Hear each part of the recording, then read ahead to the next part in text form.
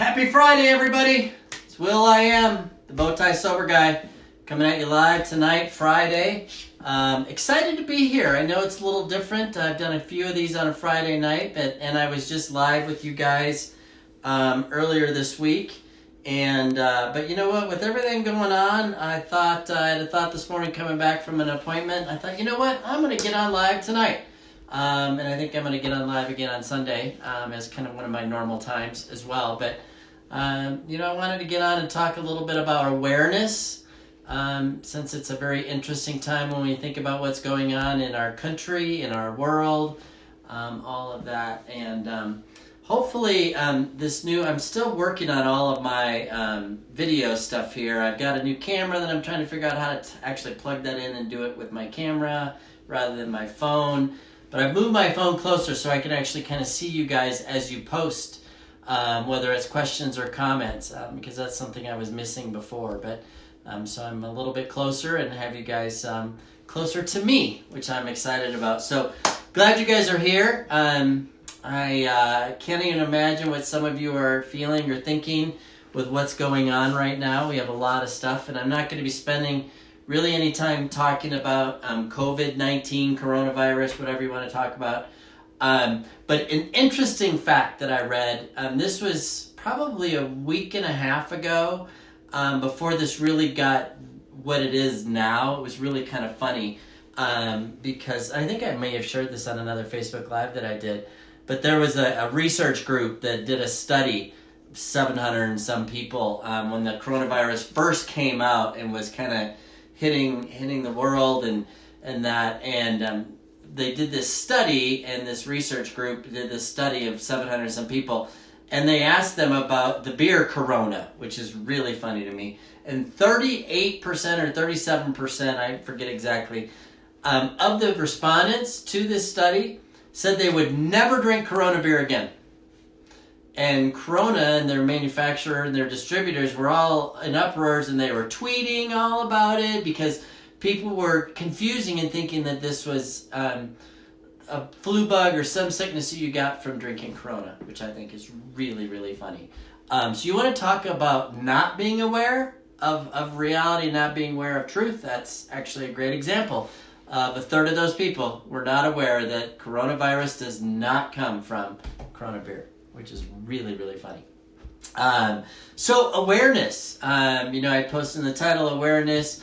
Are you aware, and of what?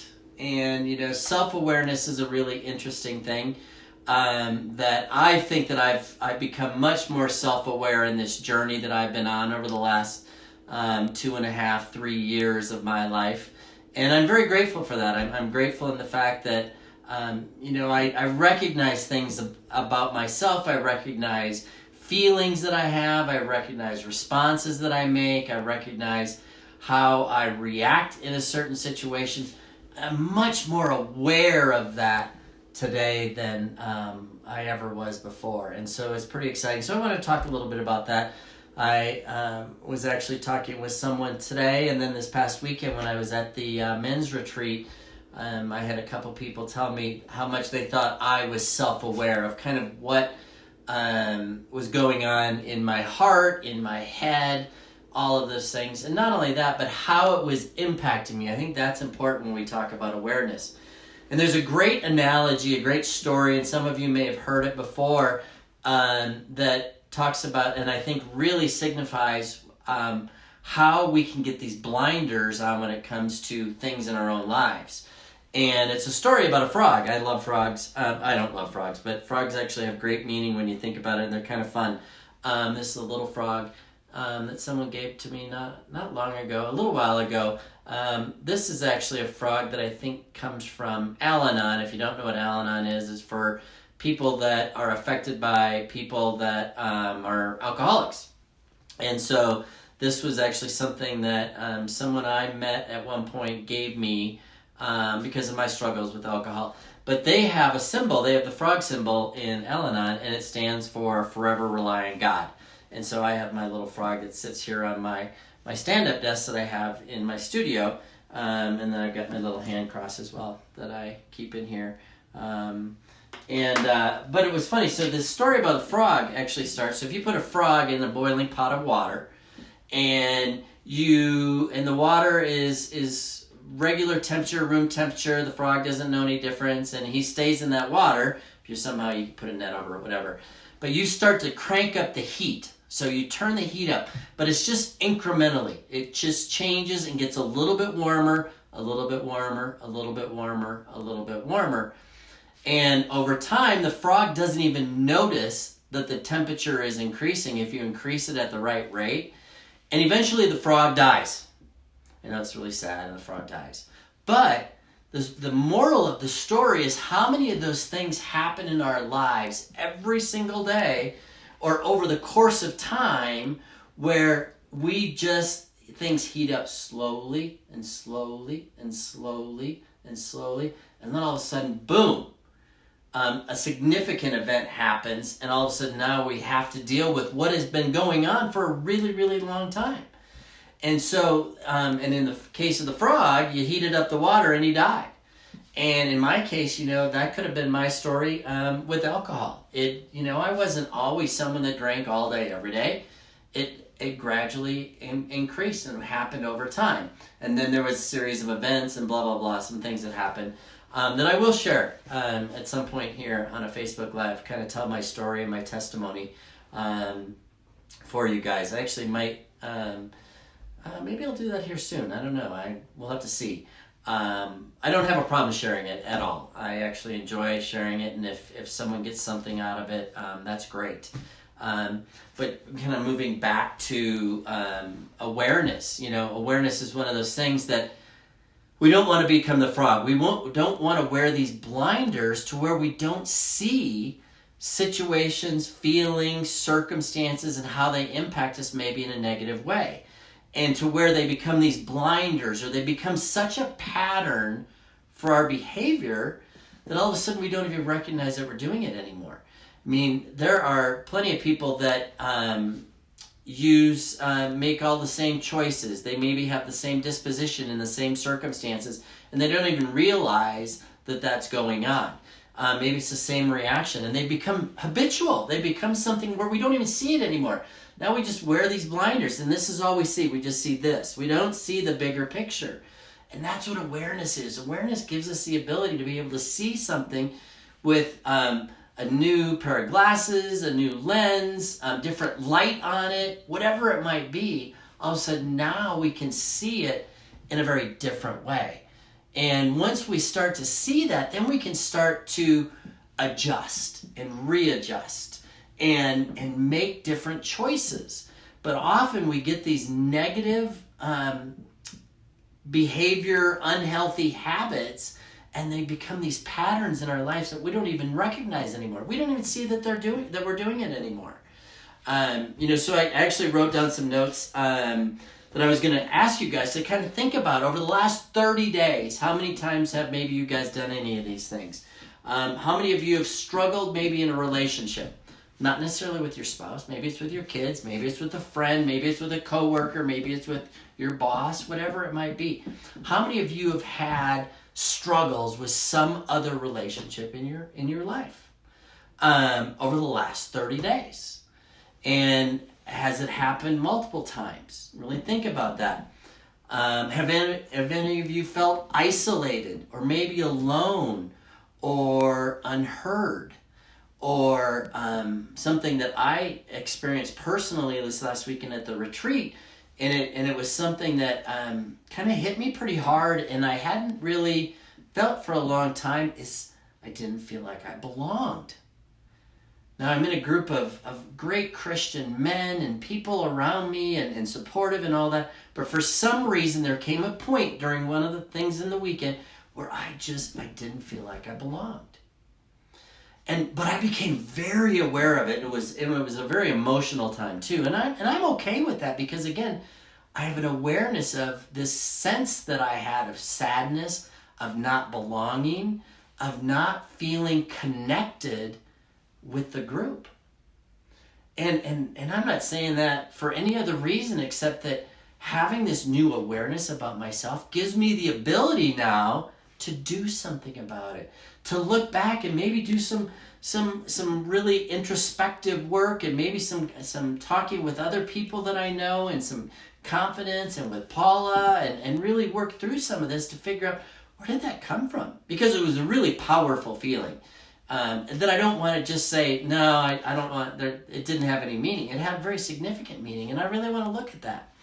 How many of you over the last 30 days have maybe felt lost, unproductive, maybe not directed, and just kind of going through the motions?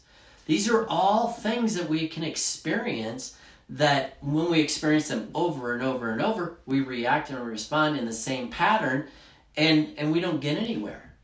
And how about low energy? How about unhealthy lifestyles? Whether that's not eating right, not getting the right sleep, maybe it's sleeping more, maybe it's sleeping less, maybe it's eating more unhealthy food rather than healthy food, maybe you're not hydrating, maybe you're not doing all those funny things. Hey, Scott. Yeah, more than 30 days, believe me, I understand that for sure. Although it's gotten much, much better in the last couple of years. So thanks for your honesty. Appreciate that. Who out there actually feels stressed from work? Finances, you know what? This is going to be a big thing over the next few months. And work is changing dramatically for so many people because of the whole coronavirus, right? Paula now works at home. Their office is shut down. They're not going into the office. There are churches that are shutting down. There are schools that are shutting down. There are complete businesses that are literally shutting their doors and making people work remotely. I actually think it could be a great thing for our society, and the fact that we are going to have an opportunity over the next few months to just see how well we adapt to technology. We all say that we use technology, we love technology, it makes our lives easier, but when we have to rely on it like we're going to have to rely on it over the next number of months or however long this goes on for, we're going to have a chance to learn from that. That's pretty cool. That's pretty exciting, and that's going to be a lot of fun. You know, my whole coaching thing, and I'm going to be rolling out, and you guys look for it here coming up, I'm going to be rolling out a community, an online community, where we can use technology to actually connect and build a group of people that all want to grow and all want to change and all want to become better. Have any struggled over the last 30 days with kind of feeling uncertain about the future? Who hasn't over the last 10 days? I mean, it's a crazy time right now that we're going through, and there's so much uncertainty. And I've talked about that in other Facebook Lives, about this control that we want to have on our lives and everything that's happening and going on, really, but now there's so much uncertainty in our world. Uncertainty about what's going to happen tomorrow, what's going to shut down next. How is this going to impact me and my finances? How is this going to impact me and my family? If you have kids and all of a sudden they shut down schools, but you have work and your work isn't a work from home, you have to go to work. I mean, there's so many things that are going on right now. But this awareness that we can have about it, about how it affects us and how it impacts us, is extremely powerful. Because once we become aware of these blinders that maybe we've been wearing, or we become aware of how this is impacting us, how this is changing the level of stress that we maybe normally carry into life, now all of a sudden we have this awareness, we can do something about it. We can take those steps. We can actually say, okay, now I know this is impacting me. Just like I was saying about this weekend when I experienced this feeling of not belonging. I now have the ability, rather than beating myself up or getting down on myself or feeling negative that I felt that way, because it was really, really sad. But instead of letting that feeling define me and who I am, I now get to look at it because I'm aware of it. I'm aware of it in a very different way than I was before. And that is really cool and really, really exciting. And that's what awareness gives us. Awareness gives us the ability to say, okay, now that I know that this is how this is impacting me, now that I know that this is what's happening, Now I can make choices and decisions based on that new information. But again, I go back to how many of us have lived for so long with these blinders on, with these patterns that become such a habit for us that we don't even see it anymore. We just react and respond in the same way we always have, but that doesn't mean that it's a healthy way. And so it's really exciting. And then take these things and think about, what do we use that are unhealthy distractions to keep us from facing those things? Facing those relationships that might have some challenges in it. Keep us from facing any loneliness, or maybe we are isolated because we don't want to be around people, or we feel like we're unheard. What do we use right now to alleviate those feelings? And a lot of people will use, in my case, I used alcohol. I used alcohol for a long time. Some people use anger. They hide behind their anger. Some people hide behind isolation. How many of us hide behind, I can't hold up my phone because I'm recording on my phone. How many of us hide behind our phones or hide in our phones, right? I mean, we're a society that walks around like this. It's become this thing where people are getting injured because they're walking into traffic. They're getting hit by bikes. They're getting hit by cars. Because they're falling over curbs. Because we're just so unaware, because we're so focused on this thing in our hand rather than all of this other stuff that's around us. So how many of us use our phones? How many of us use food? I already mentioned alcohol. There might be people out there that use sex and relationships, even unhealthy relationships, because that's where they feel safe. That's where they feel like they belong. And really, that's probably not the truth. And it's probably not the healthiest way to go about it. But what we do is we use all these different things to dull our reality, to hide our reality, to hide and pretend we're in our reality, but really what we're doing is we're hiding behind that. Music, books, there's all kinds of things that we can use to really better ourselves. Like I love Christian music, but I don't have to use that to make me feel better. It helps, and it's one of my tools that I use, but I don't have to have it.